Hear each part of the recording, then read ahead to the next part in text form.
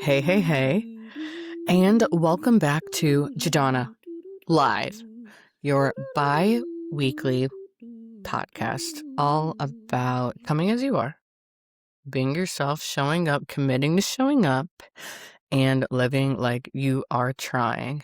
Obviously, we're here, we get one life. Let's try to put some effort into it, and that's how I feel about that. I try to have topics that have to do with community, self-love, and environmental sustainability, as well as pop culture. And I started this show at the end of 2023, so that's kind of wild. It's been a minute now, and it has evolved in form and function, especially just based on what I'm able to do and not able to do. So that was for you newbies who've never been here before. For my old school folks who ride with me, hey, hey, hey, thank you. If you have been listening for a while and have not left a review on either Spotify or Apple Podcasts, please do. I've seen some more trickle in here and there, so I appreciate you big time. And yeah, here is a little update. We will not have an affirmation segment today just because I am leaving for Michigan tomorrow. It is already 10:30 because my baby was doing her own thing today. So I still have to pack, edit this, put it on all the platforms. Just got a lot to do.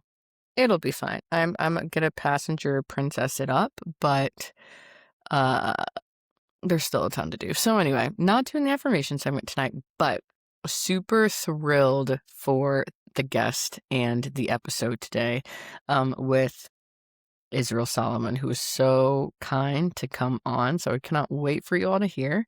And yeah, had just a lot going on this past week or so. As you all know, I had a baby in February, end of February, and we are still adjusting to her sleep schedule. My 3-year-old is still adjusting to being a sibling, and my body is still adjusting from having just given birth.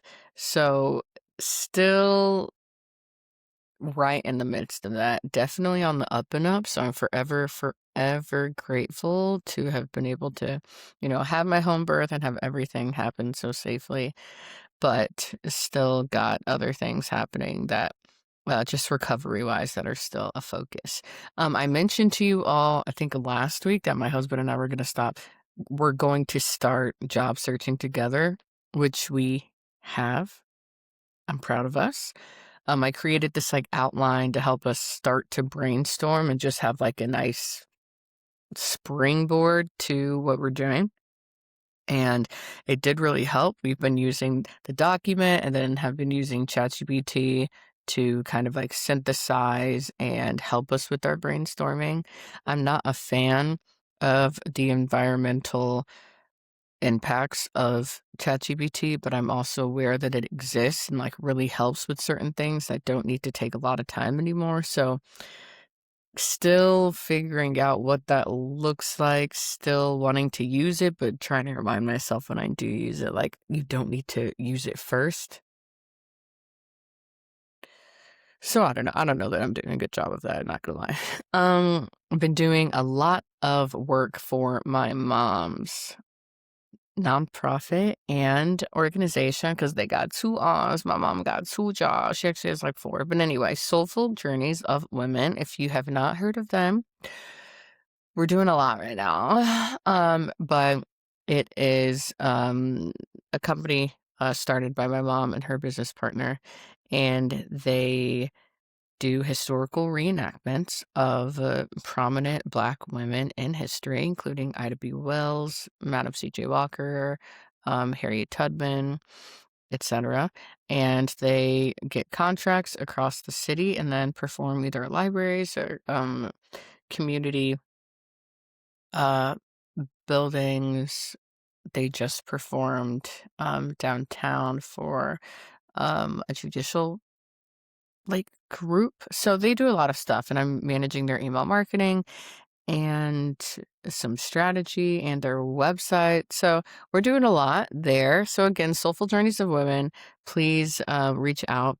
But all that said, so much is happening every like I feel like in so many people's personal lives as well as overseas. Cannot believe a war is going on. I don't understand the ins and outs of it, but all I know is it feels unnecessary, and I pray the folks going there on our behalf are protected. So, if things feel heavy for you, I just want to acknowledge that you're not alone. I appreciate you listening to this. Hopefully, it brings some levity. But also, please do send your prayers, well wishes, finances, whatever you can to supporting um social causes that are on your heart, which I hope to do an episode in the next coming weeks about just, the nonprofits and community organizations you can be supporting in this time, and just some campaigns to follow, and just ways to still feel civically active because it's hard to feel that sometimes. But all that to say, send me well wishes for my job search during maternity leave, especially as my husband goes back to work in like a week and a half. Literally, what the heck am I going to do? I have no idea. But thanks for returning or joining. And here is my interview with Israel Solomon. Check it out. Welcome back to the What Are You Into Lately segment. In this segment, I chat with folks about what they're into, and today I've got an exciting guest I cannot wait to introduce. So, Israel Solomon is a visual artist based in Indianapolis. His work is often compared to Cubism due to the geometric shapes repeated throughout each composition.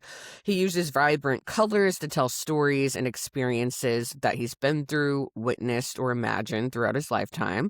And he is overall truly one of my favorite artists, not just in indie, but period. So welcome, welcome, welcome, Israel. Thanks so much for being here and joining me. Thanks for having me. I appreciate it, Jadonna. For sure. So I initially heard of you because my uncle is an art investor person, and he recently started that. I want to say like a decade ago. So even though that seems long in that industry, it's like still, people do that forever.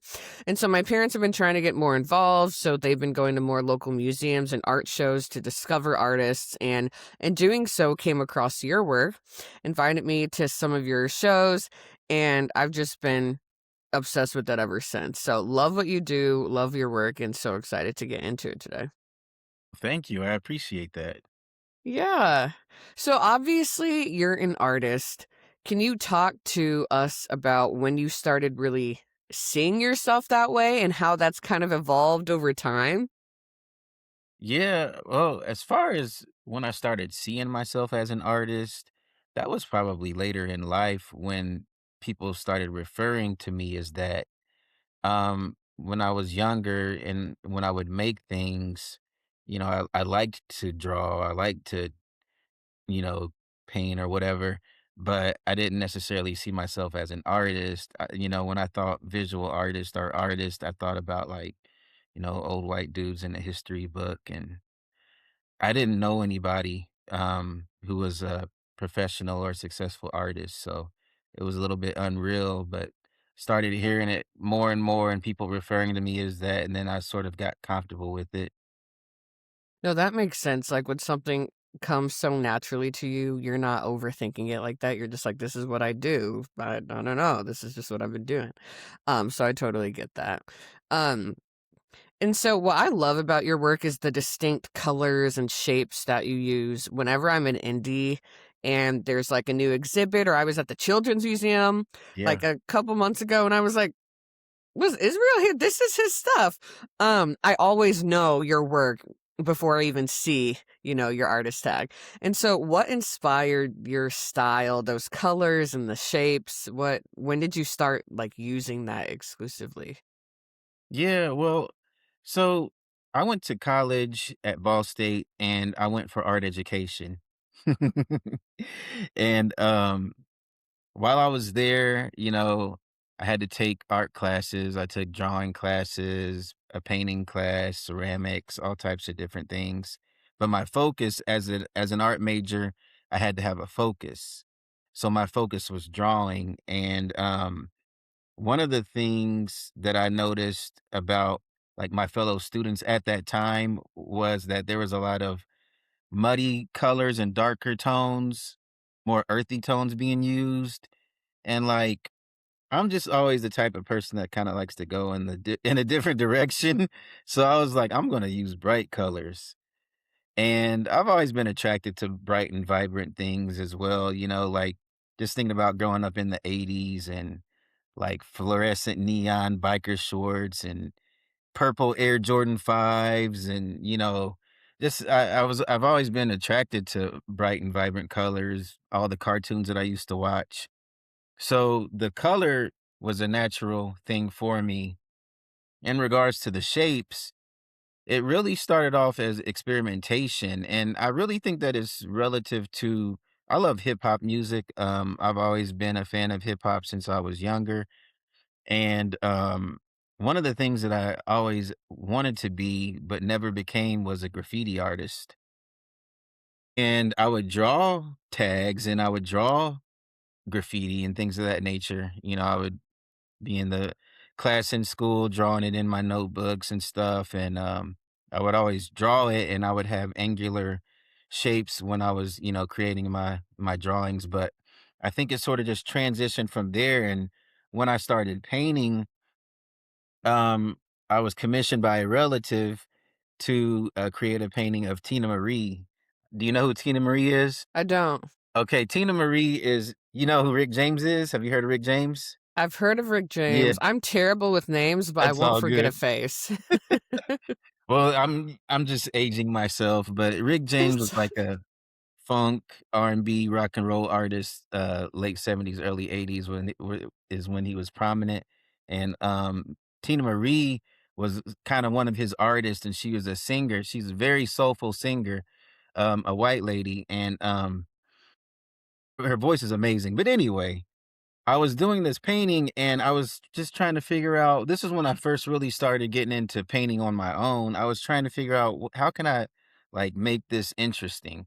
So I created a grid background in the portrait. So I was doing a portrait and I said, I'm going to create a grid background. And I created the grid background with the variations of colors. And then I started thinking, like, let me see if I can break up the grid background. So I started breaking up the background with different shapes. And then from there, as I continued painting, I just kept playing more and more and more with those rectangular shapes and those triangular shapes and things of that nature until it grew into what it became. So it really grew over time. It wasn't like an intentional thing. It wasn't something where I was like, I didn't have an epiphany and say to myself, oh, I'm going to start creating my paintings or my work with these sharp lines and these geometric shapes. It really just gradually happened over time through trial and error.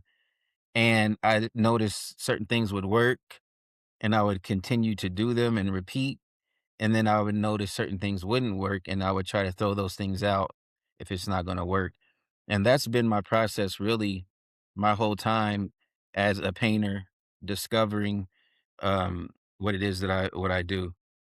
That's amazing because observing it, I feel like people would assume kind of similar to me that it was always intentional because that's how it seems. Like, it seems like that's just always how it was. And so that's pretty incredible to know that that's not even that it wasn't intentional. That's kind of wild. But given that it wasn't, can you speak a little bit to the process? Like, you spoke a little bit to how you've iterated, but like, how do you nurture and hone that? Like, you said you were commissioned to do that piece. Let's say Yeah. the next piece you got after, maybe you were commissioned and you were like, well, I have this new style. Do I use this new style or do I do what I've always done? Like, how did you kind of decide over time that, like, that's going to be your signature? Yeah, well, after I created that piece, um, I just continued working, and I wouldn't even really call that a commission. That's like when your cousin hits you up and says, "Hey, cuz, I got You're so, getting paid. I don't care what the technical, you got paid. So that, call it what it is. true, true, yeah. You gotta start somewhere, you really do. Exactly. You gotta Exactly. start somewhere, and it's always good when family backs you up. and Exactly. supports you. But, yeah, after I created that piece, I just started painting more, and I just kept playing with it and playing with it. So, I think after I did that, the next couple pieces I did were, like, sorta like figure paintings, paintings of figures, and I began to create sharper angles in those figures and figure out how I could sort of give them, like, maybe like like a gem-like quality. Like if you're looking at a ruby or a diamond and it's cut and it's almost, all of those angles.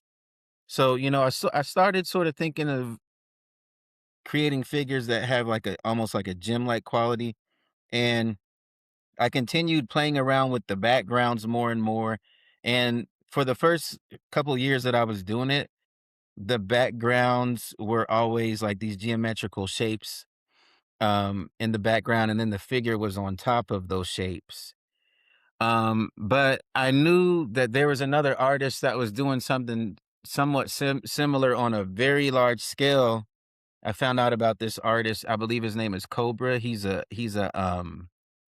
muralist mostly. He does humongous murals all across the world. And he has like his paintings are basically geometric patterns in the background, and then the faces are somewhat realistic, and sometimes the geometric patterns kind of fade into the face. So I looked at my work and I looked at his and I said, well, this is a little bit too close together. So I've got to start doing things that are different from that, because um I didn't want to be seen as, okay, well, he's creating work. Oh, that looks like Cobra's work, you know? So I Yeah. wouldn't say that it was necessarily intentional. But, it definitely was a thought process of, I need to make sure that what I'm doing is not just like somebody else's, or very Mhm. similar to someone else's. So I began to play more, and I began seeing other artists who were using geometric shapes, triangles in their work, and like producing things very angular. And I told myself, I've got to develop this, that is so that it's unique to me. And I began to introduce more things into the work.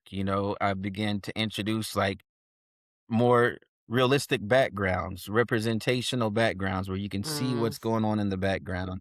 Are they in a house? Are they outside? Is the sun out? Is the moon out? Um is there light shining through, a tree? Um how can I take curves and implement them into the work subtly? So I started implementing curves into the work.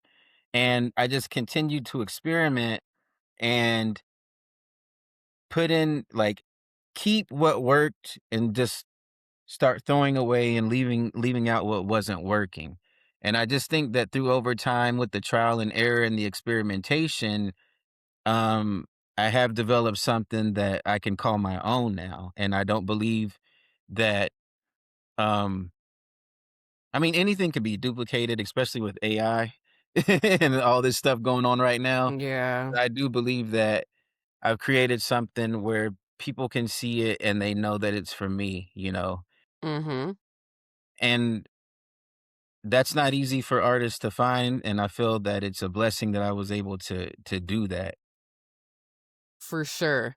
For sure, and I feel like in visual artistry, it's such an obvious thing that makes an artist stand out, is being able to do that, but when you think about all the other professions, even in, a corporate career or something, that's still what is most effective, is you having your own specific way of doing something that people know, like, "Oh, that's what you do," and it's Yeah. really hard for anyone across any industry to do, but especially, I feel like, with artists, given so many creative people, and so that's super impressive. Um, and so kind of along the lines of, like, things being unique to you, are there any parts of your artistry that folks would be surprised to know, whether it's how long or short a piece takes to make, your creative process, just any, like, behind the curtain, behind the scenes stuff?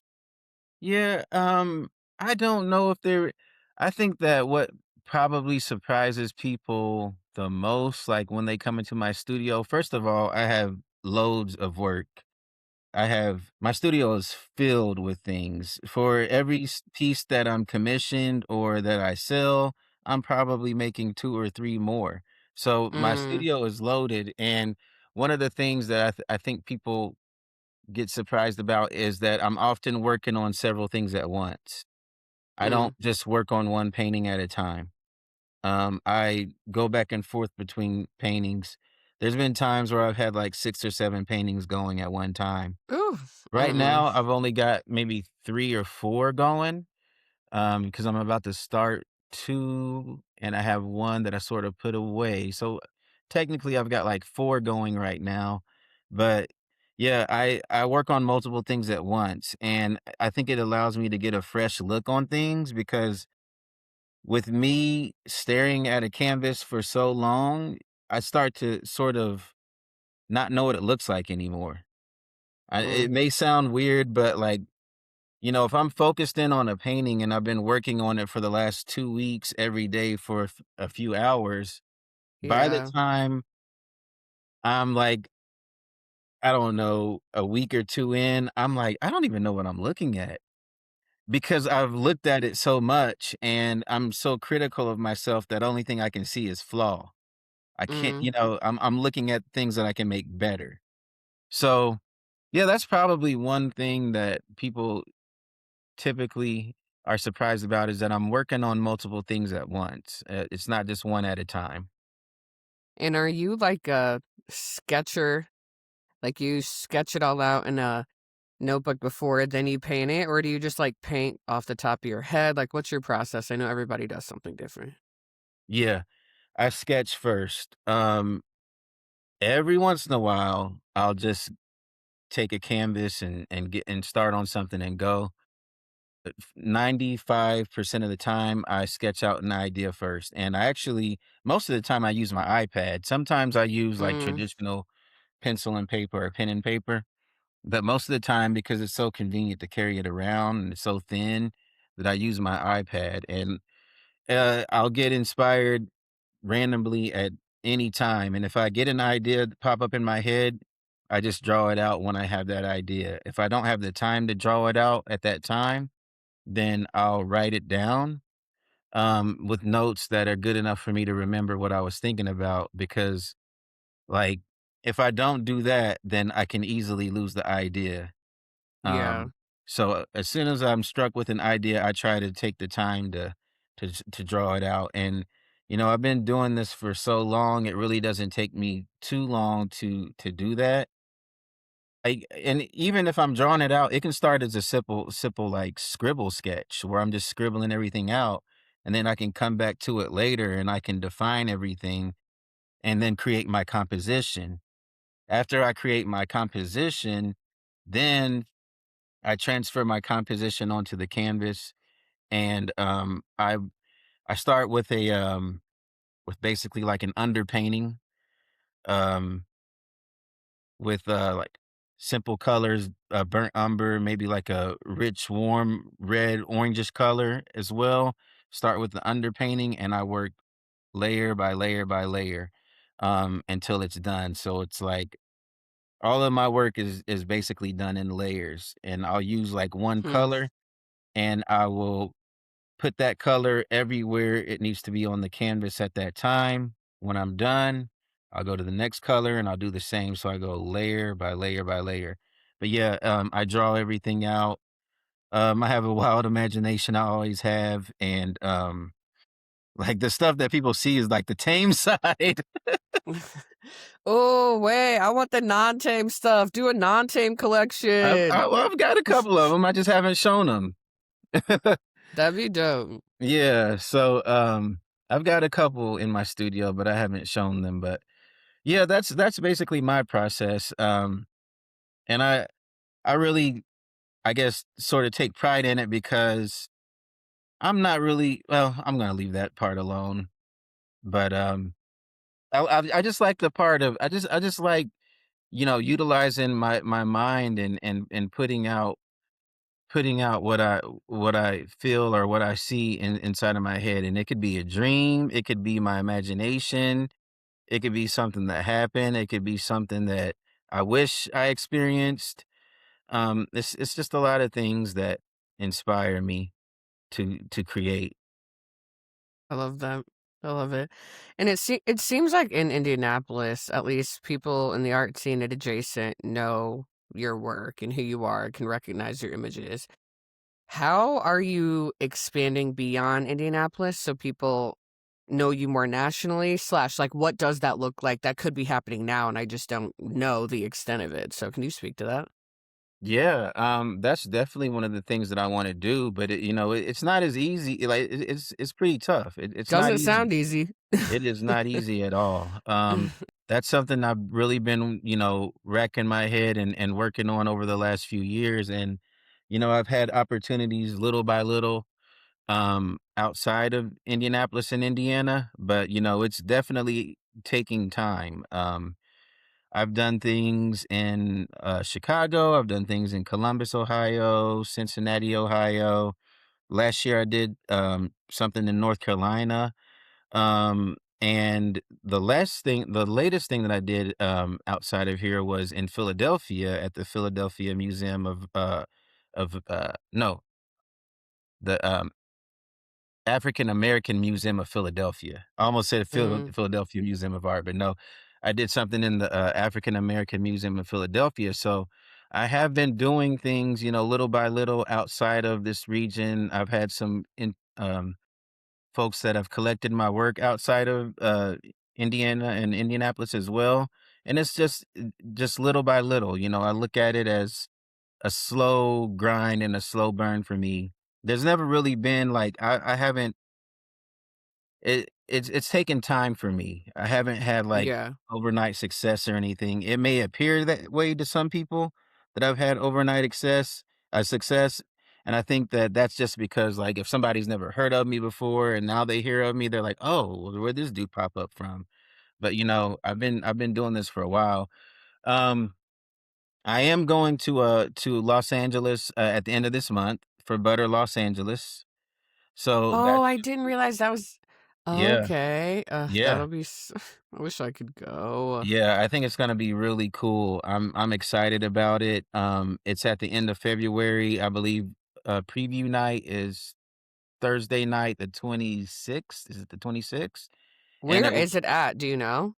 it's near SoFi Stadium. I can't remember the exact Okay. name of the venue right now. I'd have to Okay. look it up, Okay. but I know that it's actually in Inglewood near SoFi Mhm. Stadium, that super big football stadium. Mhm. It's near that area.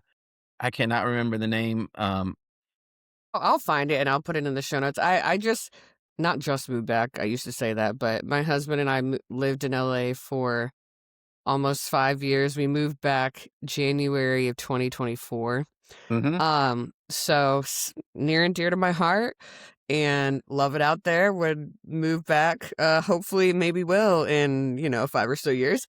So when I was there, I was obsessed with the California African American Museum, which is close to UCLA, and Mm. there's like a science museum there. There's a natural history museum there. It's all like in a little hub. Or no, it's not by UCLA. It's by USC. I get them confused. It's by one of those, either USC or UCLA.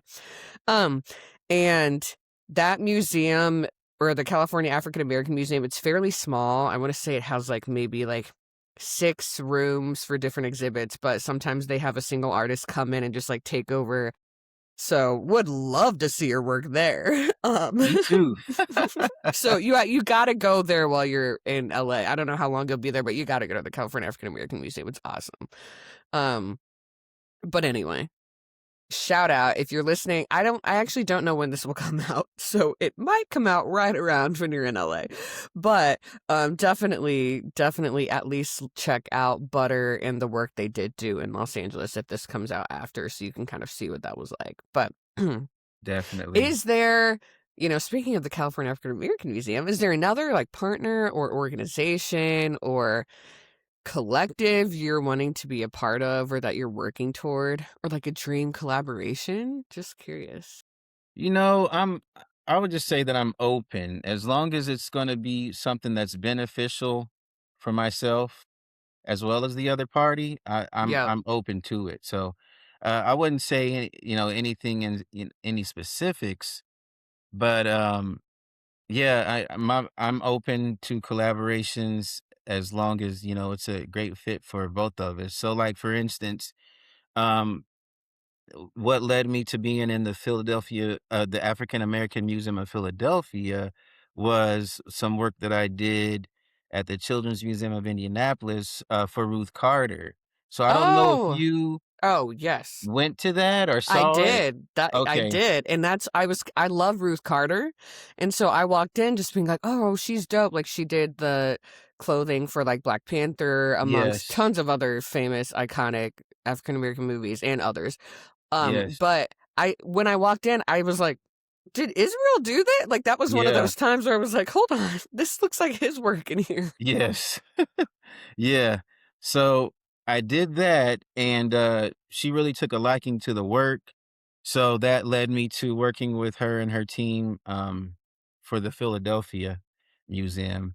And So cool. I believe that's going to lead to some more amazing opportunities in the Yes, it future will. because Yes, it will. that exhibit is going to continue to travel as well. And others see it as well, so that's been a blessing. I'm actually gonna reach out to her and her team and see if they're not busy and if they can make it to to Butter, but who knows? I mean, Oh, she's that'd be nominated for cool. all kinds of Oscars and Yeah, things, but somebody can come, like, people know somebody will be able to come.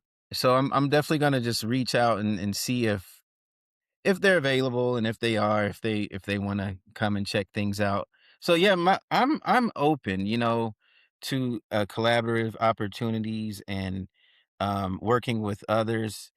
As long as it's a great fit for both of us, I wouldn't want it to be a poor fit for myself or the other party either. I've had a lot of experiences doing collaborative work. I've worked with Starbucks here in Indianapolis. I've worked with Lids, the apparel Mhm. company. So I mean, I've done things before. So of course, I'm open to doing more in the future. In that regard for sure. But as far as like a dream collaboration, I don't know. I wish I could rap and I wish I could like rap with I don't know, Bone Thugs and Harmony or Tribe Called Quest or Wow. something. I don't know. Okay. I love that. You're like, "Forget the painting, get me on the mic. I can't rap. I'm just joking. Get me in the booth." Yeah, yeah, that's not gonna Well, happen. we believe in you here, and so shoot for the stars. But no, I love that. I feel like I'm in a similar stage, like, things have to be mutually beneficial, at least down the line. That's my goal, and it's just fun now to kind of, like, do what you love and figure out where you fit, and I love your relationship and growing partnership with Ruth Carter. I see that being extremely profound and getting more folks across the nation to know who you are. So that's a perfect iconic fit. I'm jealous. She seems incredible. So She anyway, is. She's an awesome lady. I mean, I really appreciate it and I appreciate what she sees in me, for sure. Definitely. yeah. Ah, well, you mentioned butter. Any Mhm. other butter in LA end of February? I'll get the details in the show notes for folks who want to reference that. Any other upcoming shows or galleries that you have? You mentioned the Philadelphia one. That's like people can currently go see that. Yeah, that is up, that exhibit is up, I think, until November of this year. I'm not 100% sure. I don't wanna say, but I think it was a year-long exhibit, and it opened up early November, so I believe probably November of this year, but don't quote me on it because I'm Yeah, not well, I can find 100% that sure. too. I can find that too. Yeah, Um, so, I'm likely gonna be doing something in Detroit, but I haven't ironed that out yet, so I don't mm, really wanna speak on it, but there's, a gentleman named Trotter who was in Butter 2025 here in Indianapolis, and he's a photographer and he's also a baker. So oh, him and his partner, love they it. have a bakery slash gallery Oh, in Detroit, Michigan, and I think it's called is it Sometime or Someday? Detroit. and I'm likely gonna be collaborating with them here soon. But I do, wanna talk about I have a show coming up here in Indianapolis, Ooh. um, in August. I have a solo show at the Harrison Center, that I'll be doing, so I'm really trying not to spread myself thin here in the community, and I'm trying to be a little bit more intentional about what it is that I'm doing around here in regards to displaying my work.